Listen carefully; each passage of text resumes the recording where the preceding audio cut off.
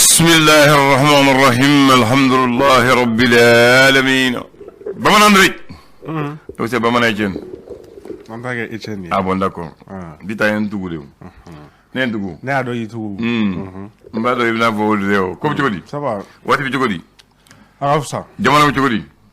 abasi lenu lendo e tabarakallah bamana ko Etienne ñaare ko jika bon akafsa ni flenga kari ko jika bo ji bolen kafsa ni flenga len ko Etienne amuna eni flen kar la jit na se ka kono bleu la ko bor mais ni ji bona ji worop se ka ke flen kono ji worop se ka flen kono ko ni flen kar la fana ab se ka kala ko men ni fiye kar la chira ka baba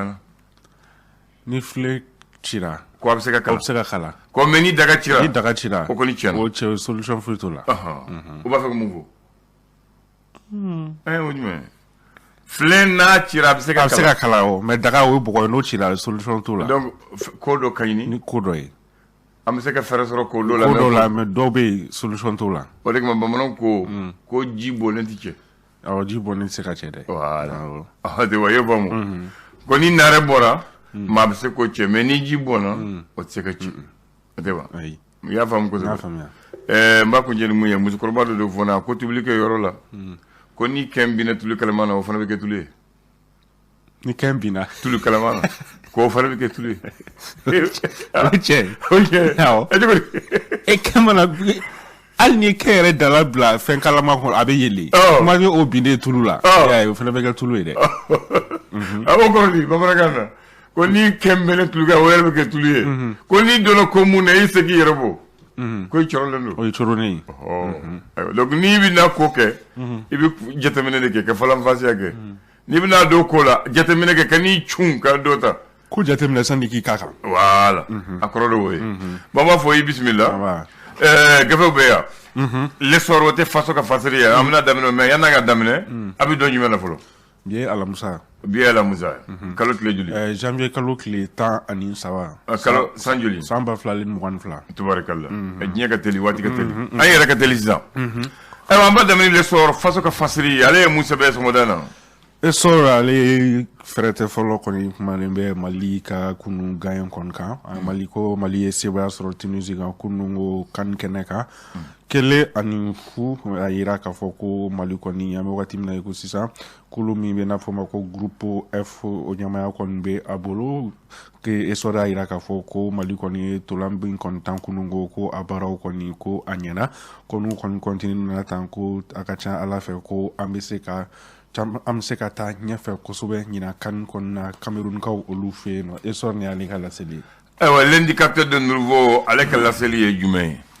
indicateur de renouveau avec la seli mi ODY amoukatimna uko 600 metallique Bamako aleni Paris olu koni chela gela lendo kosobe ka sabu ke metallique France la ka panguru do koni ko o koni yera mali kunanana ka sabu ke ko alno asoro mali koni meme san fesirani dugu masro koni be datugulo no ko nga France ale panguru koni yera mali koni kuna ulo kunu konnana ko nga nyamo koni e kangarda kon ke ka nyeshi France la ka uluma ko wali min kelin flene ko segin kana ke akan blé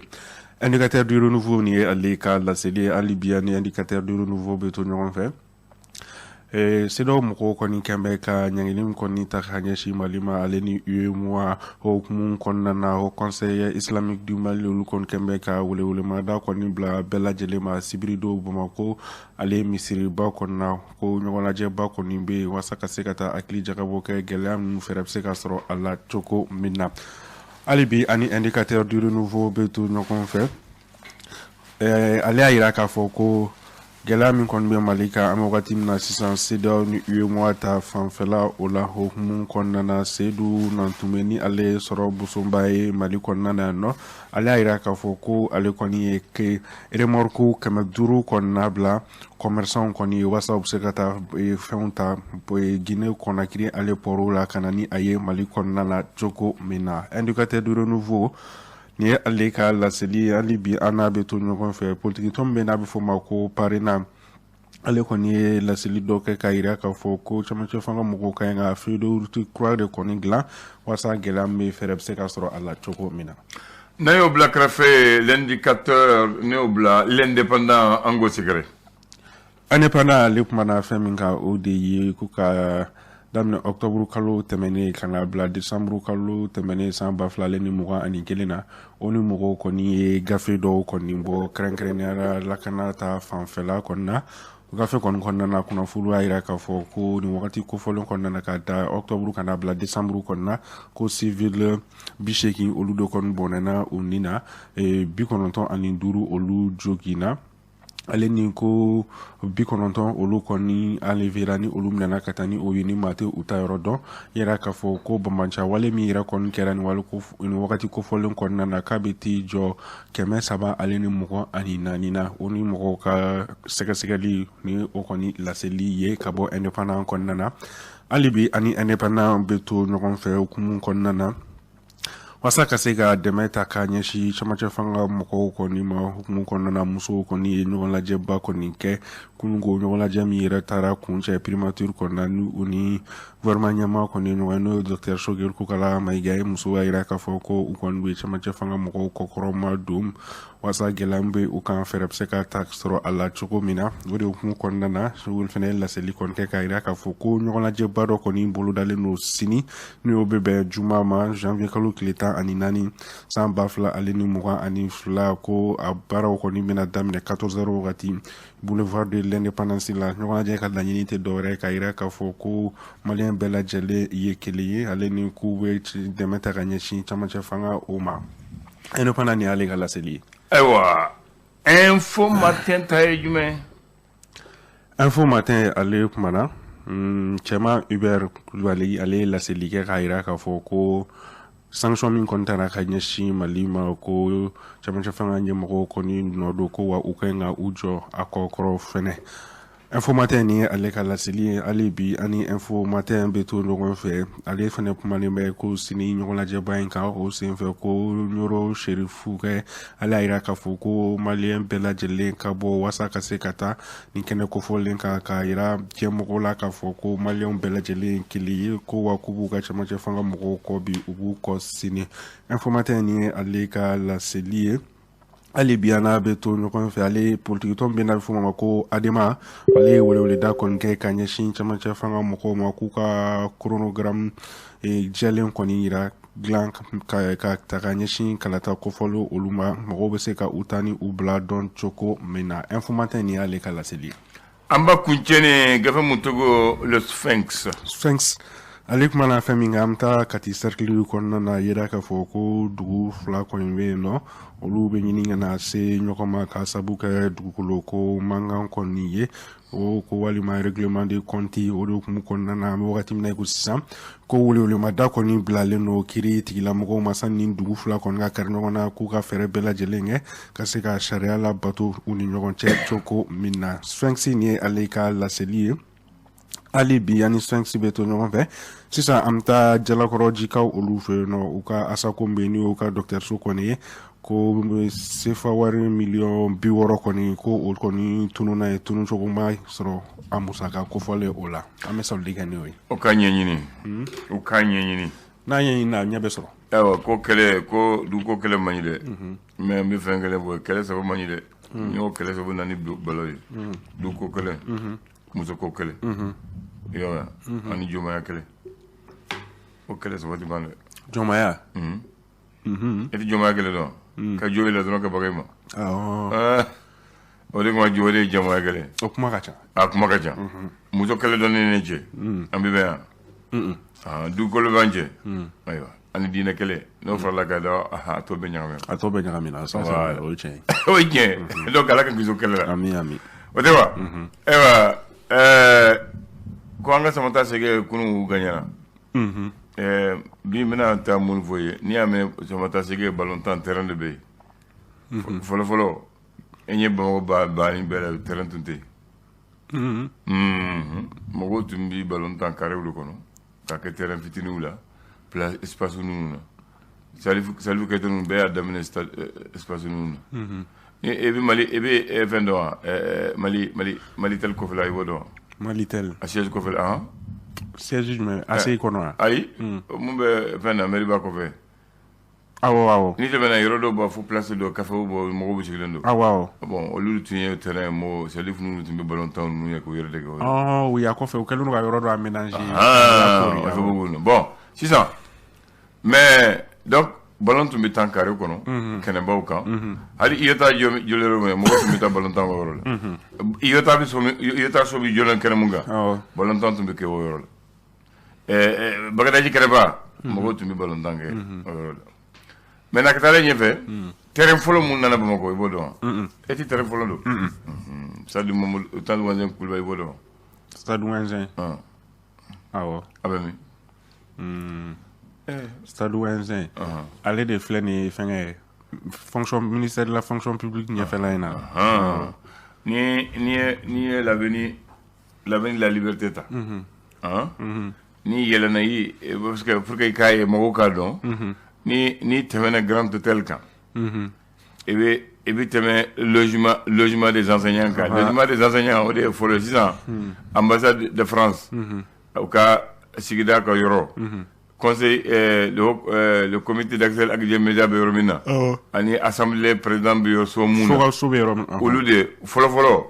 waati min tubabu bɛ yan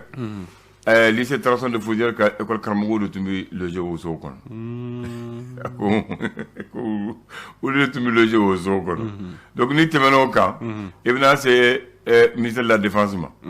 ni tɛmɛna ministère de la défense kan i bɛ taa se direction générale de la gendarmerie o tɛ wa ni tɛmɛna o kan i bɛna se fɛn ma Stade Wenzin ni tɛmɛna o kan so mun laban ça c'est la résidence de l'ambassadeur de la Guinée au Mali Modibo Wati donc au Stade Wenzin a ɲɛsinnen don ka taa lycée Tarasson de Fougère ani ministère ye mun fɔ ani dilafila kɔrɔ tɔgɔ o tɛ wa bon o terrain de terrain fɔlɔ mun y'i jɔra terrain ye ka kɛ terrain ɲɛnama ye fɛn tun bɛɛ b'a la et puis o terrain fana ma jɔ parce que ballon tan kan dɛ c'est un terrain scolaire a jɔra pour les gens qui étaient au lycée Tarasson de Fougère, les écoliers et ceux qui étaient Alfred Garçon. Yamen. Donc au terrain Keleni, c'était le terrain le plus complet. Ballon terrain bala. Vélo bi yelaka. Mogo course bala. Basket bala. Ya famo. Donc au terrain ni. Donc ni école den ou tlala ou ka éducation na. Ballon tan équipe mumbo mako. Donc tubabu ye de fɛn kɛ programme kɛ donc aw b'a bɔ ɲɔgɔn kɔrɔ ka taa aw entraîner au terrain kan donc équipe min bɛ Bamakɔ aw de b'a bɔ ɲɔgɔn kɔrɔ ka taa maintenant o waatini u b'a fɔ o terrain ma Frédéric Assamson Frédéric Assamson ye Tarasson de Fougère directeur fɔlɔ ye c'était un administrateur colonial enseignant et directeur d'école c'était le directeur de l'école qu'on appelle le lycée Tarasson de Fougère l'actuel Askia Mohamed a directeur de do donc au Togo de Daral. Maintenant, indépendance nana, Modibo de Oboala, k'a maintenant Stade Wenzin Coulibaly. Wenzin Coulibaly est malien, Wenzin Coulibaly est voltaïque de. On va faire Burkina Faso 6 ans. Allez tuer école Karamogoye. Allez tuer IRCD Tonde Nyanamaye. Donc allez ni Modibo de Nyongon don. Allez ni Modibo de Kalangé Nyongon fait. Ou lui syndicat que Nyongon fait. Que journal créé Nyongon fait. O badeya teriya ni kanu dolo farafin ka ɲɛta ko tumbu kɔnɔ donc o Wenzin Coulibaly Modibo de o tɔgɔ donc o tɔgɔ da terrain na i y'a faamu donc o Wenzin Coulibaly de b'a la n'i taara Sɛlɛgɛni na yanni ka se ministère de la jeunesse kɔrɔ ma ka ɲɛsin ENA kɔrɔ ma a Sɛlɛgɛni ne yɛrɛ monument n'olu bɛ mɔgɔ to kɔrɔ n'i tɛmɛtɔ ni mi janto i t'a ye i b'a sɔrɔ ale ladegela ani éléphant a b'a fɔ cogo di éléphant bamanankan na sama jɔlen don ko monument et place Wenzin Coulibaly ka ɲɛsin terrain ma n t'a dɔn ni hakili b'a la bon o terrain de ye terrain fɔlɔ ye équipe bɛɛ tun bɛ entraînement kɛ o kan taalen ɲɛ stade Bouvier mun kɛra stade Mamadou Konaté Mamadou Konaté fana ye RCRDA tɔnden ye ale de ye RCRDA créé Mali la yanni an ka indépendance ta ale ma sijan sɔrɔ donc ça y'a ta donc Mamadou Konaté terrain ni u tun b'a fɔ a ma révérend Père Bouvier Père Bouvier tun ye karamɔgɔ de ye Père Blanc de don tubabu mori don mais ale ballon tun kada ye ale de taara fo Dakar ka taa o yɔrɔ ɲini k'a fɔ tubabu ye ka terrain k'u b'u la ka terrain kelen d'u ma donc u ye terrain jɔ ale sababu la terrain bɛ inauguré en 1954 56 u y'a tɔgɔ da la mais taalen ɲɛfɛ Modibo nana Modibo y'o effacé ka bɔ a la a y'a da Mamadu Konate la donc o ye terrain filanan ye terrain sabanan donc an ye indépendance ta premier Jeux africains banna deuxième Jeux africains o ko bɛ kɛ Mali la an ka jamana na donc o terrain ɲɛnama t'an bolo donc Modibo ye terrain ɲini Badenya terrain fɛ ale ni Russie ko olu bɛna terrain moderne mun ɲɔgɔn Afrique de l'Est k'a ci aw ma o de ye terrain mun b'a fɔ sisan a b'a fɔ mun ma stade omnisport Modibo Keita donc o terrain ni dira ma Badenya terrain fɛ o terrain c'est un terrain complet on dit le complexe omnisport parce que fɛn bɛɛ il faisait que fɛn bɛɛ o bɛɛ bɛ k'a la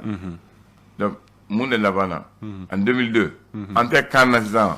Mali yɛrɛ Alpha ko an bɛ kan organiser an ma deli ka kan organiser an dun bɛ se balontan na an taara final la an ye caman kɛ Alpha ye kan ɲini a y'a dɔn an garisɛgɛ la Alpha ko bon n bɛ terrain wɛrɛ de dilan mun ka bon ni nin ye mun bɛ se ka jama ta parce que jama de bɛ na Afrique de bɛ na donc Alpha de ko bon le stade du 26 mars Alpha ye filɛli kɛ ko n bɛ taa n'a ye à 15 km 10 km de la ville mɔgɔw ko fɛn foyi y'an fɛ jɔn de bɛna taa u t'a tɔrɔ balontan ka di maa ye wa hali taara n'a ye lahara mɔgɔw bɛ to ka ko donc Alpha taara n'a ye don min na 26 mars bɛ yɔrɔ min na e tun b'i jɔ Tour d'Afrique la i bɛ terrain ye so si tun tɛ e bɛ Tour d'Afrique bɛ yɔrɔ min na Alpha de o de tun ye sorti ye u ye sorti ta ka taa bila 26 mars bɛ yɔrɔ min na Alpha tun b'a fɛ ka terrain dilan Alpha de ye sorti bɔ o yɔrɔ la ka taa bila Ɲamana pour que ka terrain dilan mɔgɔw Bakari ninnu ko ha yan fɛ yan ka jan jɔn de bɛna taa terrain na yan fɛ sa Alpha ba kɔfɛ ja o yɛrɛ bɛna kɛ dugu camancɛ ye sisan kɔni a kɛra dugu camancɛ sisan so yɛrɛ y'a ko i bɛ tɛmɛ yɛrɛ i bɛ terrain ye voilà donc o de ye terrain laban ye mun ye belebeleba ye mais ATT nana ale fana ye terrain fitinin caman kɛ voilà donc n tun b'a fɛ k'o de fɔ ye comme an bɛ balontan sira de la sisan mɔgɔw ka dɔn a faamuna sisan voilà maintenant ATT fana ye terrain caman dilan dɛ mais an kɔni an ka balontan kɛ carré kɔnɔ an y'a kɛ poussière la et puis waati an tun ye fantan ye ballon ta vaccine de bɛ taa ballon ɲini an kɔni bɛ an ka château kɔrɔta an bɛ mana dɔ la ka fini dɔ la ballon filɛ an bolo yan n t'a dɔn aw y'o kɛ n y'a faamuya i y'a faamu fini ballon voilà kan bɛ ok merci